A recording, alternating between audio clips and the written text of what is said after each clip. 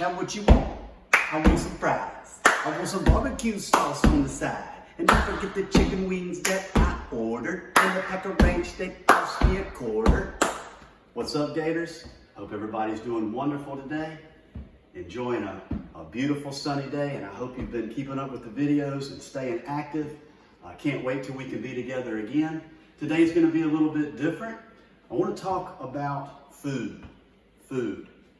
The expression says you are what you eat.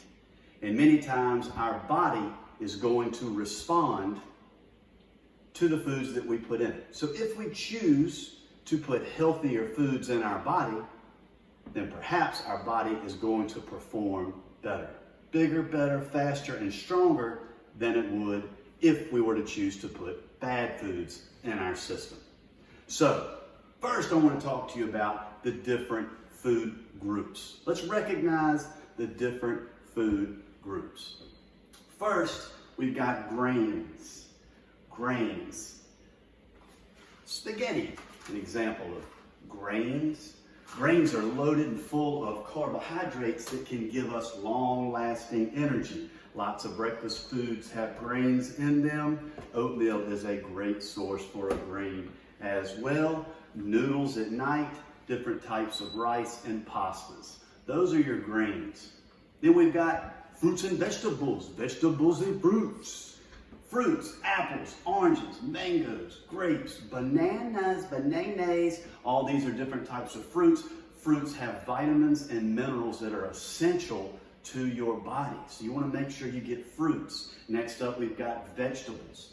Vegetables are also high in antioxidants and vitamins and minerals and amino acids that are essential for your body to work.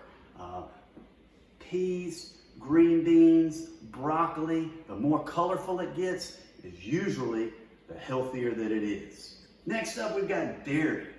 Dairy, different types of milks and cheeses. All right, dairy is usually full of calcium, and calcium is going to keep your bones nice and dense, nice and strong. And lastly, there is protein. Protein is used to build up the muscle tissue in your body. Different examples of good rich protein are chicken, tuna, fish, and red meat. So a real quick review of the different food groups: grains, fruits, vegetables, dairy, and protein. Now let's talk about some healthy choices that we can make on a day-to-day basis in our kitchen about how to make great choices about the foods that we eat. So we've learned the different 5 food groups. All right, now let's talk about some healthy decisions we can make in the kitchen. I know what you're thinking. Coach, what are you doing with pizza rolls? What's this box of ice cream doing back here? Look, I like to eat and splurge on some of the foods that aren't good for you either. But it's all about doing it in moderation.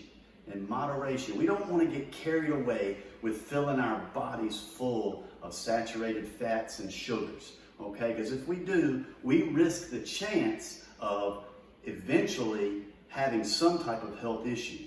Diabetes, obesity and overweight, cardiovascular disease and heart disease, and these things plague our society right now, a lot of which is contributed because of the bad decisions that we make on what we're putting in our body. So I just wanted to offer up some opportunities or some options so that way you can make a better decision. Doesn't mean every once in a while we won't enjoy a sweet tooth, but it just means that most of the time when faced with a decision, we're going to choose to put the right foods in our system. So let's start with breakfast. Pop-Tarts are great. I love Pop-Tarts, but I don't eat them every day. Instead of the Pop-Tarts, let's swap that out for some oatmeal. Oatmeal is rich in complex carbohydrates. It doesn't have as much sugar in it. Now, complex carbohydrates are going to assist in giving you long energy throughout the day. If oatmeal is not an option, you can go with a cereal. But remember, you want to go with a cereal that's lower in sugar. This cereal here is higher in complex carbohydrates, has a little bit of protein in it, and it's lower in sugar. Again, sometimes late at night, I do like to get me a bowl of Cinnamon Toast Crunch, but not all the time. Moderation, all right? So next, moving along, let's go into a lunch choice. A lunch choice. Everybody loves pizza. Everybody loves pizza rolls. They're delicious, right? Most of the things that taste the best are not good for you. Just a little FYI. So instead of the pizza rolls, let's dish those and let's swap that out for some tuna. Want to spice up your tuna, get a couple of crackers, you can throw it over in there. Don't like tuna? Have no fear.